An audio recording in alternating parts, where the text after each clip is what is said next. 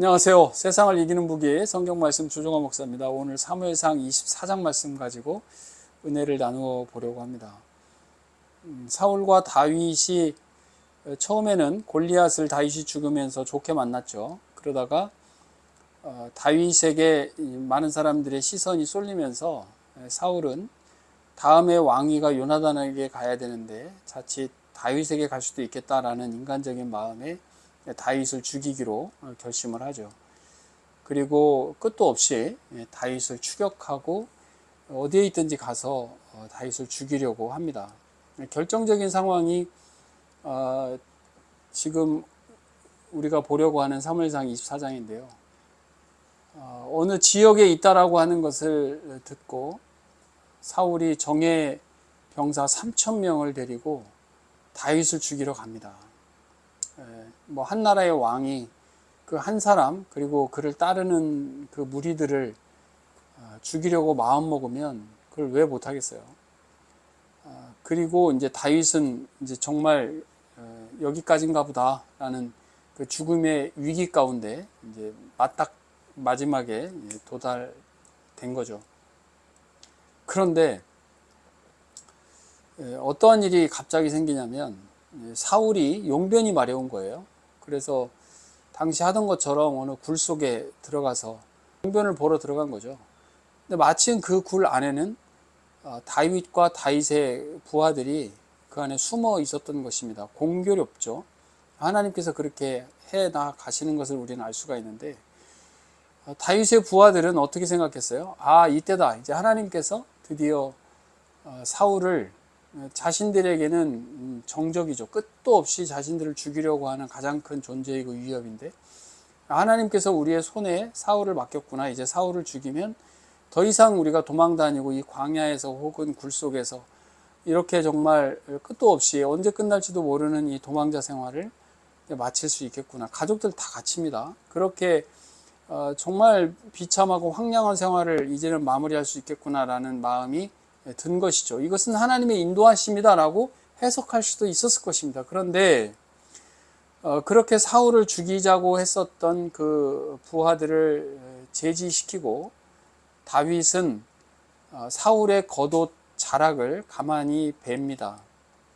아마도 용변을 보기 위해서 겉옷을 한쪽에 벗어 두었는지 정확하게 나오지는 않지만 그 겉옷 자락을 베어서 다윗은 가지고 있는 거죠. 근데 참 우리가 이 신자의 품격이라고 할까요? 정말 하나님을 마음 안에 온전히 모신 그 한 사람의 인격이기도 하겠죠.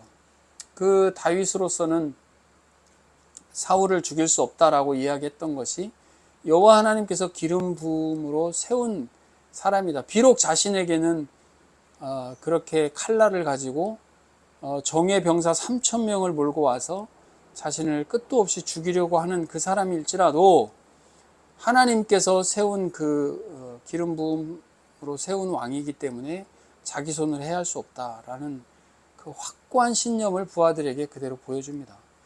그리고 조금 있다가 이제 사울이 굴 밖을 나가죠. 어느 정도 거리가 떨어진 뒤에 다윗이 사울을 불러요. 사울은 전혀 눈치 못 채고 갔으니까. 그러면서 자신을 바라보고 있는 사울에게 땅에 엎드려 절하면서 왜 자기는 잘못한 게 없는데 저를 그렇게 끝까지 죽이려고 하십니까? 정말 인간적인 마음으로는 당신을 죽일 수 있는 그런 기회가 왔지만 나는 당신을 죽이지 않았습니다. 그 말은 무슨 말이냐면 다른 많은 사람들이 다윗이 사울을 죽이려고 한다, 해하려고 한다라고 하는 그 어떤 유언비어, 이런 모함, 이런 것들 때문에 사울이 더 다윗을 죽이려고 했는데 그 말이 사실이라면 내가 당신을 굴에서 죽이지 않았겠느냐. 살려둔 거 봐라. 내가 당신을 죽이려고 했다라고 하는 것이 거짓말이 아니냐라는 것을 설명을 합니다. 그러면서도 하나님께서 기름 부음으로 세운 그 왕이기 때문에 나는 더더욱 당신을 죽일 수도 없고 해할 수도 없고 당신에게 어떠한 그런 위해를 가하지 않을 것이다 라고 하는 신앙의 고백까지 담아서 이야기를 하죠. 그렇게 이야기를 듣는 다윗이 그 사울이 그 이야기를 쭉 들으면서 웁니다. 펑펑 울어요. 아마 그 이야기를 땅에 엎드려서 그 소리 높여 그렇게 사울에게 이야기하던 다윗도 울지 않았을까요? 그렇게 소리 높여 울면서 나는 왕은 나를 죽이려고 이렇게 왔지만 나는 왕에게 절대 범죄한 일이 없습니다 라고 11절 그 뒷부분에서 그렇게 이야기를 합니다. 그러면서 옛 속담 이야기를 하면서 13절에서 옛 속담에 말하기를 악은 악인에게서 난다 하였으니 내 손이 왕을 해하지 아니하리이다. 자신은 악인이 아니라는 거죠. 악한 일은 악한 자에게서 나오는 건데 나는 그렇지 않다.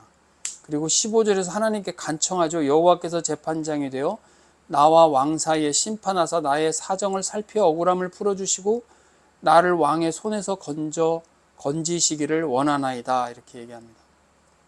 참 간절한 마음이죠. 하나님 아시지 않습니까? 하나님께서 제 마음 아시잖아요.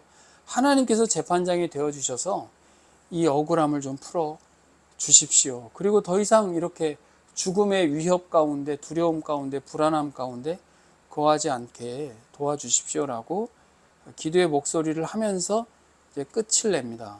사울이 많이 울어요. 그러면서 17절에 나는 너를 학대하되 너는 나를 선대하니 너는 나보다 의롭구나 라고 이야기합니다.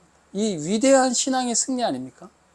자신을 죽이려고 했었고 끝까지 괴롭히고 있는 자기뿐만 아니라 부하들의 가족들까지도 그렇게 정말 언제 끝날지 모를 그 괴로움의 상황을 끝낼 수도 있는 그 상황이었음에도 불구하고 그 신앙 하나 붙잡고 여호와 하나님께서 심판해 주실 것을 붙잡고 믿고 의지하면서 그 신앙의 지조에 따라서 행동했었던 그 다윗, 그 신자의 품격이 아닐 수 없죠. 그러면서 사울이 얘기해요. 다윗아, 내가 나보다 왕으로서 정말 적합한 것 같다라는 표현까지도 합니다. 자신도 알거든요. 다윗이 어떠한 사람이라고 하는 것을 자신이 알면서도 그렇게 하고 있는 것이죠. 그러면서 왕이 되거든 자기의 이름을 멸하지 말아달라. 오히려 부탁까지 합니다. 그러면서 더 이상 다윗을 추격하지 않고 집으로 돌아가는 상황으로 이 24장이 끝나거든요. 어떻습니까? 우리 살아가는 삶과 뭐 별반 다르지 않습니다. 우리는 우리를 끊임없이 위협 속에 넣고 곤란에 빠뜨리고 뭐 모함하고 정말 신체적인 위해까지 어떤 때는 받을 수도 있는 그런 상황 가운데 내몰리지만 우리 신자가 지켜야 될 끝까지 고결하게 지켜내야 할 그 신자의 품격 이러한 것들을 우리가 다시 한번 생각해 볼 수 있는 정말 감동적인 그 다윗의 모습이고 그것에 정말 감탄하는 그 사울의 인정 이러한 모습들이 좀 보여지는 그런 장인 것 같아요. 우리 성경을 통해서 우리에게 전해주는 이 신자의 품격 우리 다시 한번 생각해 볼 수 있는 그런 기회가 되기를 주님의 이름으로 축원합니다. 세상을 이기는 무기 성경 말씀 세이 성경 주종원 목사였습니다. 감사합니다.